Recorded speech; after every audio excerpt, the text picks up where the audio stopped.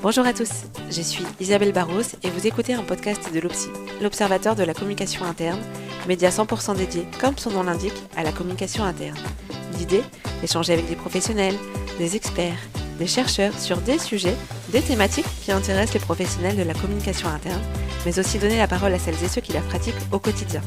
Et pour cet épisode consacré à un retour d'expérience sur la gestion d'un déménagement en communication interne, j'ai le plaisir d'échanger avec Raphaëlle Fonsagrive, ancienne responsable communication interne et aujourd'hui consultante en communication.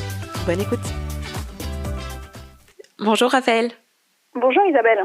Alors, il semblerait que la crise sanitaire va avoir un impact assez important, notamment sur l'organisation du travail, mais aussi sur les espaces de travail. Un certain nombre d'entreprises vont en ce sens très probablement remettre en question leurs bureaux et autres sièges sociaux, et par conséquent, les déménagements risquent de devenir d'actualité. C'est donc la thématique de cet épisode, et nous avons la chance, Raphaëlle, d'avoir votre retour d'expérience sur ce sujet que vous connaissez bien.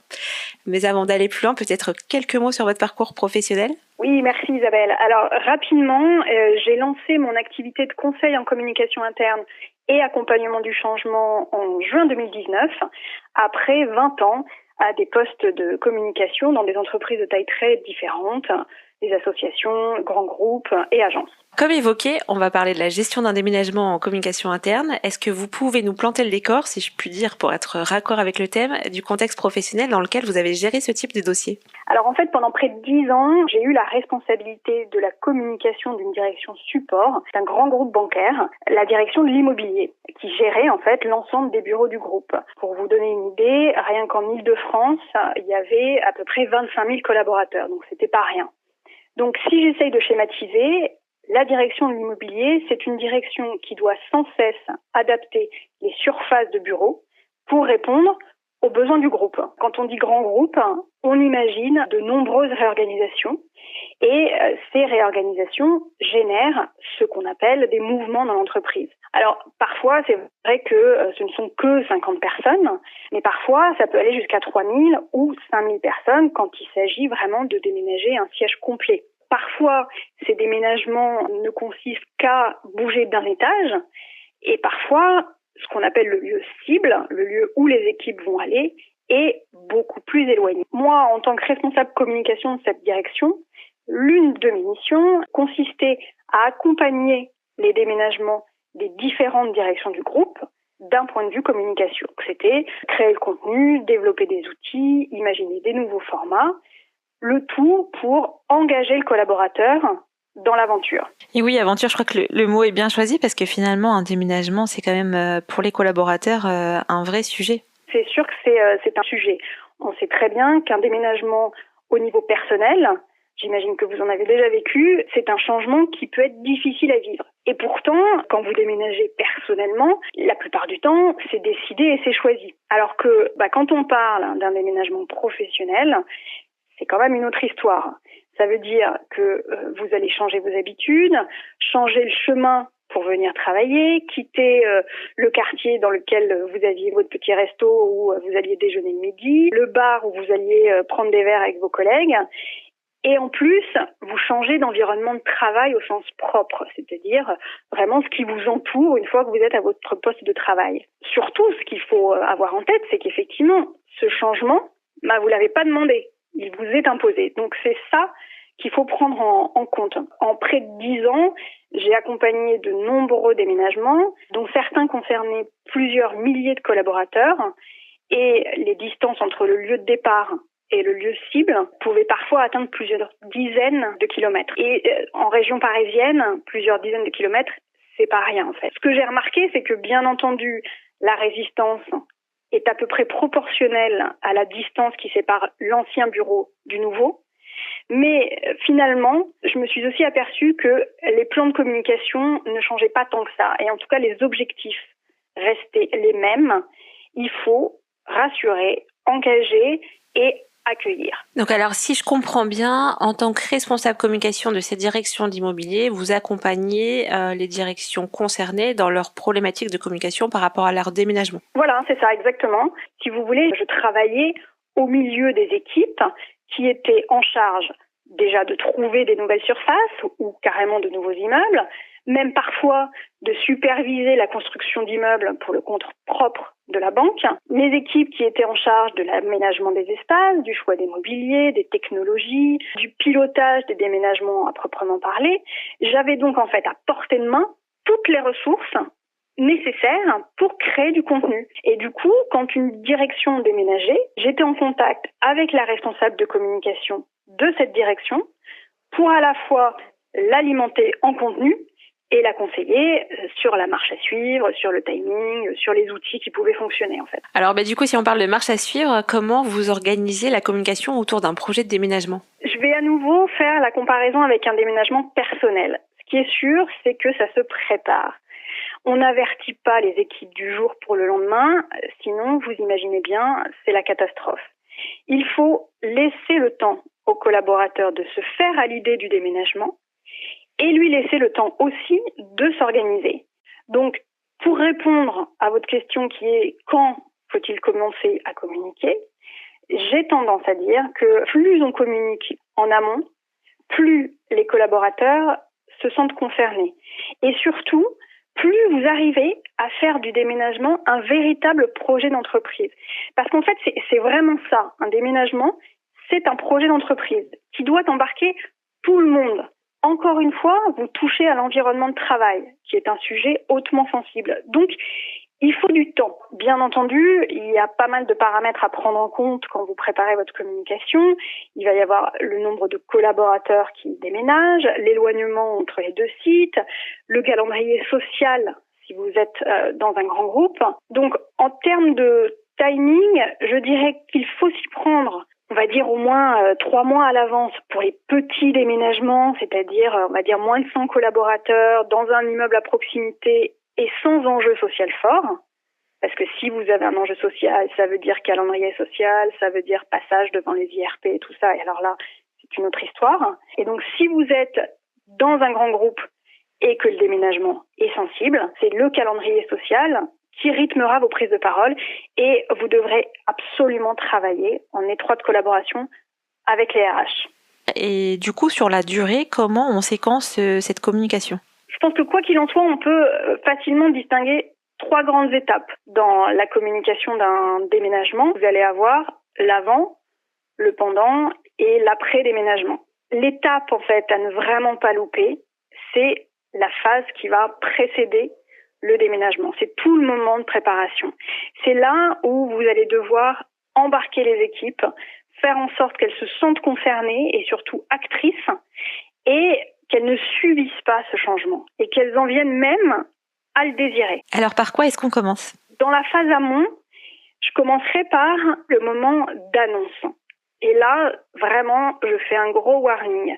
Comme je vous le dis depuis le début, le déménagement, c'est un sujet sensible. D'accord ? C'est pas un sujet anodin.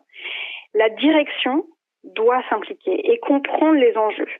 Et le travail du communicant, il va vraiment commencer là. C'est-à-dire, il va falloir faire comprendre à la direction et à tout le cercle managérial que c'est un sujet dont tout le monde doit s'emparer et surtout qu'ils doivent tous être alignés sur la stratégie. Pour ce moment d'annonce, bien entendu, comme toujours en communication, là je n'apprendrai rien à vos auditeurs professionnels, cette réunion d'information ne doit avoir lieu que quand vous êtes sûr de vous et que vous avez des choses à dire. Si c'est juste réunir les gens pour dire on déménage, vous imaginez bien que ça va plus affoler qu'autre chose. Donc ce que moi je préconise pour l'annonce, c'est de le faire de préférence déjà en réunion plénière et surtout de faire assurer ce message par la direction et même parfois par la direction et les RH. Quand je vous dis avoir des choses à dire, ça veut dire quoi ? Ça veut dire vraiment être prêt à répondre à des questions qui vont vous paraître anodines au début, mais qui sont importantes pour les collaborateurs. Encore une fois, vous leur demandez de changer leurs habitudes. Et ce qui les intéresse avant tout, c'est de savoir ce qu'ils vont trouver sur place. En fait, ce qu'ils vont vouloir savoir, et ça peut vous faire sourire, mais c'est s'il va y avoir des places de parking. Si oui, est-ce qu'il va y en avoir assez ? Est-ce qu'il va y avoir une cafétéria ou plusieurs ? Est-ce que c'est loin du métro ? Est-ce qu'il y a des cafés ou des restaurants autour de l'immeuble ? Est-ce qu'ils vont être en bureau fermé, en open space? Est-ce qu'ils vont avoir des espaces pour se détendre? En fait, il faut bien comprendre que le déménagement draine énormément de fantasmes. Le travail du communicant, ça va être de travailler au préalable sur un Q&A et sur un kit de communication pour les managers pour avoir réponse à toutes ces petites questions. Et bien entendu, ce Q&A, il faudra le faire vivre au fur et à mesure du projet, puisque plus vous allez avancer, plus vous aurez des réponses à apporter. Cette réunion de départ, ça doit vraiment être l'occasion d'un échange entre la direction qui va exposer le projet et les collaborateurs. Il est impératif de laisser du temps de parole. Donc, je sais qu'aujourd'hui, on va pas forcément se réunir et ça va se faire de manière digitale. On peut imaginer un Zoom, on peut imaginer plein de choses. Je crois même d'ailleurs que vous avez fait un podcast sur le sujet des outils digitaux à utiliser quand on veut réunir des gens. Tout à fait. Et du coup, ce temps de parole est vraiment important. Et ce que vous pouvez faire, c'est que dans l'invitation que vous enverrez pour participer à cet événement, qu'ils sont présentiels ou en digital, vous pouvez inciter les collaborateurs à vous envoyer des questions par mail. Vous, ça va vous permettre du coup de préparer déjà des réponses à des questions que vous n'aviez peut-être pas imaginées. Et de leur côté, ça évite aussi de poser la question en pleine séance, ce qui n'est pas toujours évident. Si jamais vous êtes en plénière ou même en Zoom ou autre, vous pouvez aussi imaginer d'utiliser un outil qui leur permet en live de poser des questions par chat. Mais vraiment, ce moment d'échange est important. Et cette réunion, ça va vraiment être le moment où vous allez prendre conscience, ou en tout cas où vous allez découvrir, ou alors où vous allez avoir des confirmations sur les réticences, les sujets d'inquiétude et de préoccupation des collaborateurs. Et c'est grâce à ça que vous allez pouvoir définir les points sur lesquels vous insisterez dans votre plan de communication. Et alors, si on revient de façon extrêmement concrète et très opérationnelle, finalement, quels outils, quelles pratiques avez-vous pu expérimenter dans les différents déménagements que vous avez eu à gérer? La bonne nouvelle, c'est que on peut imaginer plein de choses, comme souvent en communication. Alors, évidemment, chacun fait avec ses moyens et il faut prendre en compte, vous imaginez bien, vos habitudes de communication avec vos collaborateurs, la typologie de vos collaborateurs, l'importance du déménagement, la taille des équipes qui vont déménager. Donc, en fait, ce que je vous propose, c'est de vous parler d'à peu près tout ce que j'ai pu faire, mais il faut bien comprendre que tout n'est pas à prendre au pied de la lettre. C'est à adapter et à remanier selon, bien entendu, l'identité de l'entreprise et les besoins. Et donc, en tout cas, quand je disais au tout début qu'il fallait rassurer et engager les collaborateurs, c'est vraiment dans cette phase-là que vous allez pouvoir le faire. Avant de parler des outils, je vous propose qu'on parle un peu de contenu, puisqu'on sait bien que sans contenu, les outils ne servent à rien. Allons-y. Vous allez avoir besoin de matière. Le plus simple, que j'avais l'habitude de mettre en place et qui fonctionnait plutôt bien, c'était finalement de créer un comité éditorial comme pour un projet classique. Il faut vraiment que vous vous mettiez à la place du collaborateur qui va déménager et il faut que vous imaginiez tous les sujets sur lesquels vous aimeriez avoir des informations. Et ça va vous permettre d'identifier les différentes parties prenantes à mettre autour de la table. L'autre élément auquel il fallait être très attentif, c'était le timing de diffusion de l'information pour chaque sujet. En fait, l'une des choses les plus difficiles dans ce genre de projet, c'est de tenir la distance. Parce que ce sont des projets qui peuvent vraiment durer longtemps. Encore une fois, entre le moment où on va annoncer qu'on déménage et le moment où vraiment le collaborateur prend possession de son nouvel environnement de travail, certes, il peut parfois s'écouler 3 mois, mais parfois, ça peut être 1 an ou même 2 ans. Même s'il y a 2 ans, en fait, de décalage, vous commencerez à se communiquer vraiment 2 ans avant.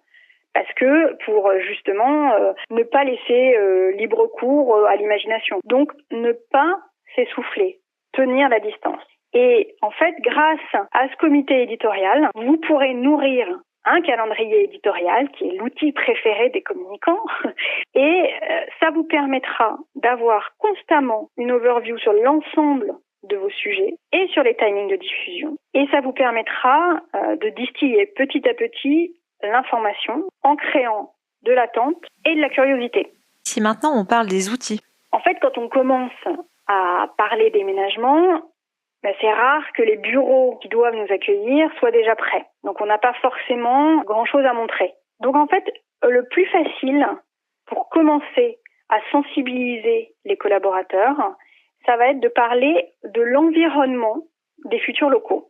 Et là, le meilleur moyen pour en parler, c'est vraiment d'aller faire un tour dans le quartier pour repérer les cafés, les restaurants, les petits supermarchés, les accès piétons, les accès vélos, voitures, trottinettes, tout ce que vous pouvez imaginer. Et une fois que vous, communicants, vous avez fait ce travail, vous trouvez une petite boîte de prod de vidéo qui va vous faire un film de 60 ou 90 secondes, quelque chose de punchy, de court, et qui va donner envie en montrant tous les points positifs du quartier. Et rassurez-vous, vous en trouverez toujours. Après, ce qui va intéresser les collaborateurs, c'est l'immeuble. En fait, vous pouvez faire la même chose avec l'immeuble. À ce moment-là, il faudra mettre en valeur tous les points positifs. Alors, on a de la chance maintenant, les immeubles dans lesquels on emménage sont plutôt tous très modernes. Là, encore une fois, c'est un film court. L'idée, c'est pas de faire 5 minutes sur le sujet. C'est comme des petites pastilles vidéo que vous distillez. Et du coup, en fonction de la matière que vous allez pouvoir avoir, vous pouvez d'ailleurs très bien jouer sur la complémentarité des supports. Par exemple, moi, ce que je faisais, c'est que dans une newsletter ou sur l'intranet, on faisait une petite interview de la personne en charge de chaque sujet. Et puis ensuite, vous créez des séries, soit en vidéo, soit écrites, soit des diaporamas, et vous diffusez cette série sur plusieurs semaines pour distiller au compte-gouttes les informations. Ce que je vous disais au début aussi, c'est qu'il fallait chercher à impliquer les collaborateurs. Dans ces cas-là, ce qui fonctionne toujours très bien, mais on peut pas toujours le faire, c'est de les faire participer à des choix de mobilier, par exemple, ou de personnalisation des espaces. Le souci, c'est que ce n'est pas toujours possible. Et surtout, bien entendu, attention, c'est à faire en collaboration avec la direction. Mais si vous avez la possibilité, si vous avez cette marge de manœuvre, et si vous avez du délai, pensez à ça. Du coup, comment vous vous y prenez ? Vous avez plusieurs solutions. Encore une fois, en accord avec la direction, ce que vous pouvez faire, c'est soit vous allez organiser des groupes de discussion avec les équipes qui déménagent, ou en tout cas avec des représentants des équipes, des groupes de discussion dans lesquels vous allez évoquer les types d'espaces, les types de mobilier qu'ils aimeraient. Mais alors vraiment, attention, c'est-à-dire que si vous ouvrez ce sujet et si vous impliquez les collaborateurs, il faut vraiment leur laisser le choix. Si vous pouvez pas, il sera important à un moment de leur faire découvrir l'intérieur de l'immeuble. Et même si possible, et ça marche vachement bien, de leur faire découvrir un espace type avant le jour J de l'emménagement. Ça dépend, encore une fois, du temps que vous avez devant vous, des ressources en interne et du nombre de personnes qui déménagent. Si vous voulez que le collaborateur se projette, il n'y a rien de tel que d'organiser ce qu'on appelle un espace témoin ou une marketing suite si on veut faire chic, et d'organiser des visites groupées et commentées. Pourquoi ? Parce que ça va leur permettre de voir, de toucher, d'essayer, et même de se dire, ok, alors mon bureau il va être là, ça va ressembler à ça, je vais avoir ça comme vue, je vais pouvoir aller là pour la cafétéria. Ça c'est vraiment hyper important. Et alors si vous le faites, il est essentiel de le faire par petits groupes. Il ne s'agit pas non plus d'amener d'un coup 150 collaborateurs et de les laisser se balader. Surtout par les temps qui courent. Exactement.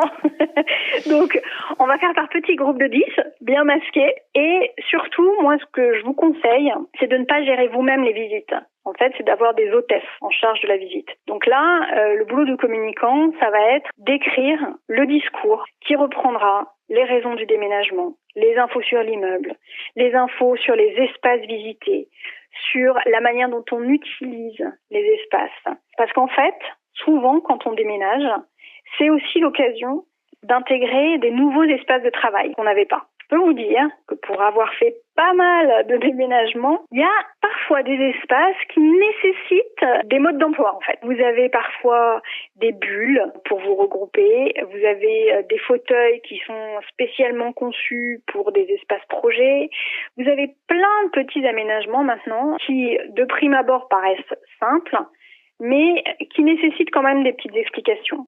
Quand je vous dis que c'est mieux de faire ce tour par des hôtesses, c'est qu'en fait, ça neutralise le discours. Croyez-moi, des collaborateurs qui pourraient être de prime abord plutôt réticents au déménagement, ils seront beaucoup plus soft avec des hôtesses qu'ils ne connaissent pas que si c'est vous ou des membres de l'équipe de l'entreprise qui assurent ce discours. Et ce qui est intéressant, c'est aussi de demander des feedbacks aux hôtesses. Vraiment de leur demander après chaque groupe, alors comment ça s'est passé? Est-ce qu'il y a eu des questions sur la stratégie? Est-ce que vous avez senti qu'il y avait des réticences sur tel ou tel espace?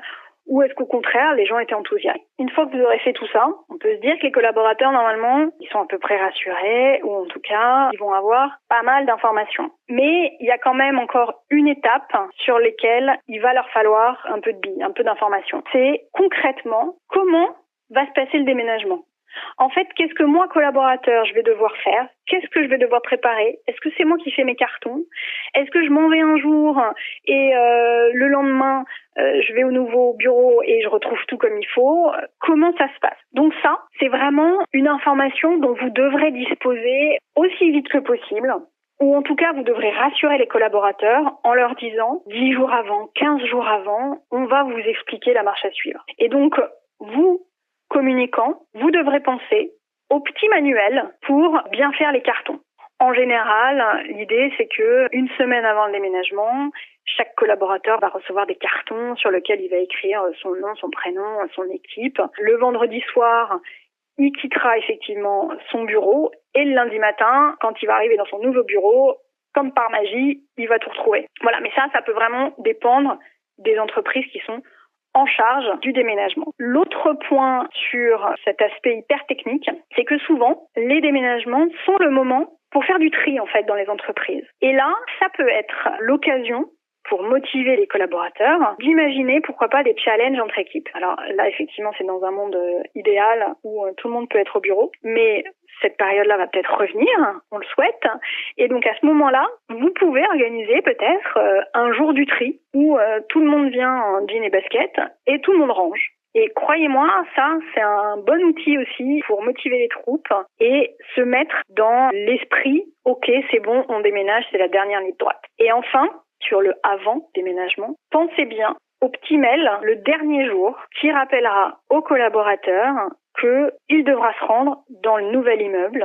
Et là, vous faites un message corporate signé de la direction qui rappellera l'adresse du bureau, le mode d'accès, tous ces petits détails. Attention, ça y est, c'est bon. Demain, on déménage. Demain, ne revenez pas ici et venez dans votre nouveau bureau. Alors, vous l'avez dit, un déménagement, ça peut générer des fantasmes, mais ça peut être aussi un sujet propice aux rumeurs. Est-ce que vous avez pu observer une temporalité dans les communications ou une approche spécifique, comme par exemple communiquer sur les critères de sélection des futurs bureaux qui permettent de limiter ces biais? Oui, alors effectivement, Isabelle, pour couper court aux fantasmes, le mieux, c'est de vraiment faire œuvre de pédagogie et expliquer dès le départ quels besoins on a exprimés et du coup, quel immeuble on a choisi, pourquoi ces spécificités. Et ce discours-là, il doit vraiment être tenu par la direction et tout ça doit être expliqué en amont et dès le début. Voilà, donc ça, c'est à faire vraiment très tôt. Et du coup, si on reprend, on l'a évoqué beaucoup le avant le déménagement, qu'est-ce qui se passe, qu'est-ce qu'on met en place en termes de communication, mais finalement, qu'est-ce qu'on fait pendant le déménagement, à savoir du coup le jour J par exemple et la suite. Alors le jour J, c'est vous qui voyez, c'est à vous de modérer en fonction du nombre de collaborateurs qui déménagent et en fonction aussi de ce qu'on appelle les vagues de déménagement, puisqu'en fait, si vous avez 50 personnes qui déménagent, vous allez peut-être avoir une seule vague de déménagement, c'est-à-dire un jour de déménagement. Mais si vous en avez 500, en fait, vous allez avoir 10 jours d'arrivée, puisque tout le monde va pas arriver le même jour. Donc, je vais juste vous donner des petites idées de ce qui marche. En fait, le jour J, qui panique les gens, en général, c'est l'accès. Donc là, vous pouvez vous dire que vous aurez envoyé le mail pour rappeler comment on arrive à l'immeuble, depuis les transports ou en voiture. Et à la limite, vous pouvez même prévoir une opération de fléchage le jour J, depuis le métro par exemple, ou prévoir des hôtesses facilement identifiables qui vont guider les collaborateurs. 2, ce qui va les paniquer, c'est comment je vais trouver mon bureau, si tant est que les bureaux soient attribués. Et là, vous pouvez organiser une opération avec des hôtesses, encore une fois, qui vont accueillir les collaborateurs dans le hall de l'immeuble en transmettant des informations d'accès aux différents étages. Mais là, vraiment, ça va dépendre du nombre de collaborateurs que vous accueillez. Et ce que vous pouvez prévoir, c'est un accueil petit déjeuner, donc soit dans les espaces directement, soit à la cafétéria. Et ce qui est sympa, c'est de demander aux managers de s'impliquer et d'accueillir les collaborateurs, d'être là vraiment au milieu des espaces pour tchatcher avec eux, pour voir comment ça se passe, pour voir s'ils sont contents et parfois pour aussi récolter les mécontentements. Alors, comme on sait qu'il y a des mécontentements qui marchaient pas mal, de mon temps en tout cas, c'est que prévoyez le jour J de l'emménagement, de faire passer dans les espaces des personnes de la technique qui vont être là pour récolter ce qui ne va pas en fait, pour que les collaborateurs puissent se plaindre à des personnes en charge et comme ça ils seront sûrs que s'il leur manque un porte-manteau, s'il leur manque une clé de placard ou des choses comme ça, ils savent que leur problème est pris en main. Et alors, pour la phase d'après, en fait, il n'y a pas vraiment d'après, sauf si vous voulez faire une inauguration en bonne et due forme. Et là, pour le coup, vous n'avez pas besoin de moi, c'était vraiment de l'event classique. Et alors, juste un dernier mot, c'est quelque chose que j'aurais bien aimé faire, moi, sur mes gros déménagements, mais j'avais pas eu l'idée de le faire, c'est que vous pouvez aussi imaginer des communications très grand format sur vos immeubles pour accueillir ou même pour annoncer les déménagements. Et ça, croyez-moi, quand vous êtes collaborateur, que vous passez devant votre futur immeuble et que vous voyez le nom de votre entreprise qui dit bientôt les équipes de la boîte Y vont s'installer dans cet immeuble, ça vous fait quelque chose. Voilà, donc c'est aussi un petit point à avoir en tête. C'est noté. Et on l'a compris, vous avez géré quand même énormément de déménagements. Quel facteur clé de succès vous avez pu identifier dans cette démarche de communication interne autour d'un déménagement ? J'aurais tendance à vous dire qu'il n'y a pas vraiment de mystère. C'est-à-dire que quand on comprend que le collaborateur a des besoins, des attentes, des angoisses et qu'on sait y répondre, c'est-à-dire quand on lui demande son avis, quand on lui porte de l'intérêt, qu'on lui explique les choses, ça démine pas mal de choses. Alors, j'ai pas été top, moi non plus, au premier déménagement, mais après 3 ou 4, je peux dire que vraiment le succès était là. Même si, bien entendu, nous ne rallions pas toujours l'ensemble des collaborateurs à notre cause. Il y a parfois des dimensions sociales que nous ne maîtrisons pas. Bien sûr, on a beau tout essayer, identifier toutes les réticences, créer du contenu pertinent, on fait pas non plus de miracle, quoi. C'est sûr. Et du coup, alors pour éviter un peu de se prendre les pieds dans le tapis, sur un tel sujet qui, on l'a compris, et pas un sujet anodin, vous l'avez souligné plusieurs fois, qu'est-ce qu'il est important d'avoir en tête finalement ? Alors, je dirais ne jamais sous-estimer le frein au changement, ne jamais craindre de donner trop d'informations, savoir s'appuyer sur des relais, ça c'est hyper important, et très vite repérer aussi les sachants, toutes les parties prenantes qui vont pouvoir vous alimenter en contenu, et construire ce fameux calendrier éditorial en veillant à la régularité de vos opérations de communication. Alors c'est la question de la fin qui est pas très originale, mais quel conseil vous pourriez donner aux professionnels de la communication interne qui pourraient être confrontés à un déménagement dans les semaines ou mois qui viennent ? Le premier conseil, c'est de leur dire de m'appeler. Donc ça, je suis dispo quand ils veulent pour échanger. Et sinon, vraiment, de faire comprendre à la direction que c'est un projet d'entreprise et que ça va demander du temps, de l'investissement, tant financier que humain, et qu'idéalement, il va falloir impliquer les collaborateurs, même si c'est dans des petits choix, comme la couleur de la moquette ou les lampes. Ça paraît anodin, mais impliquer le collaborateur, c'est primordial. Bien, écoutez, en tout cas c'est noté, merci beaucoup parce que vous nous avez livré quand même beaucoup de conseils et de points clés vraiment dans ce sujet, on le redit encore une fois, qui n'est pas si anodin que ça et qui est vraiment important. Donc Raphaël, merci beaucoup. Merci Isabelle. Ce podcast est maintenant terminé. Merci beaucoup pour votre écoute. Le lien et la synthèse de l'épisode sont disponibles sur le site de l'OPSI, obs-ci.fr, rubrique podcast. Si vous souhaitez réagir à cet échange, proposer des sujets ou participer à un épisode, une adresse mail, contact@obs-ci.fr. À très bientôt.